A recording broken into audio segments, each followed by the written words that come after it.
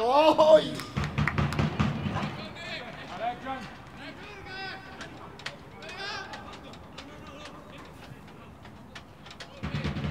Ja mul on... Vaatame nüüd selle olukorra ära, siit Viimsi lööb kohe värava ka, aga suluseisust see olukord hetkel seda tehti. Ja Korasteljov keskväljal 6.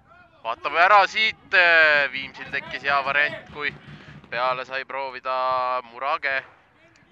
Keskväljal 6, siis Harjuga seda tegi ja lõpuks tiitlist ilma jäädi. Neville Grimm saab proovida ja hästi hetkel Miron Vetkal ees seisab.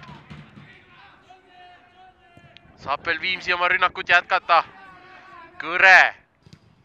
Hetkel Kennu Laaseri jalg vahel. Jätkuvalt siin Kõre proovib ja ei olnud üldse paha katse ka. Miron Vetkali sundis sealt väravast natuke end liigutama. Raivo Saar. Hetkel siit Kalevi õnneks läheb peale. Kõre läheb, Kõre proovib peale, Miron Vetkal sirutab ennast välja ja aga olukord veel ei ole läbi. Luts paneb palli teele, Kasti, Valknab mängudest. Tulid kaotused ja siit tuleb penalti. Markus Allast on pikali maas ja kohtunik Paul Kase otsus on penalti minutil 1-0 juhtima. Vofana versus Vetkal ja Vofana lööbki Viimsi 1-0 juhtima.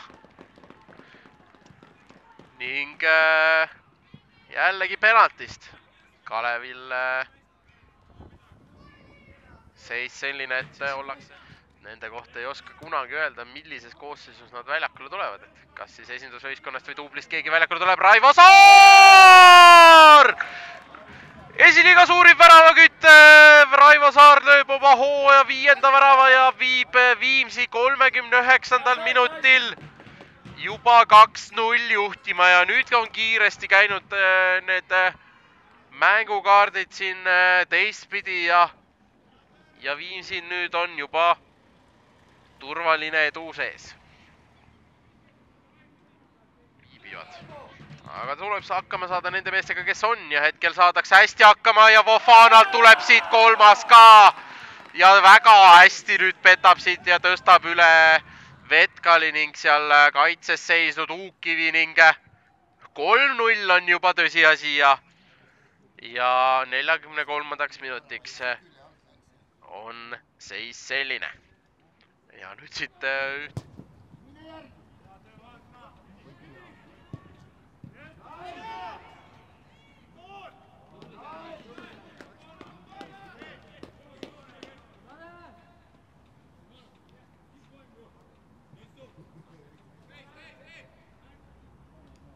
teisel poolel otseselt veel ohtlik olukord ei ole olnud ja no nüüd jäi segaseks küll see, kas siit nägime olümpiaväravat hetkel, aga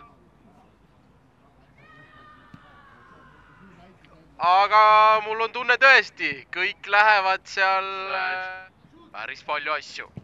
Hurtado! Jätkuvalt veel Laidvee ja siit tuleb nurgalöök.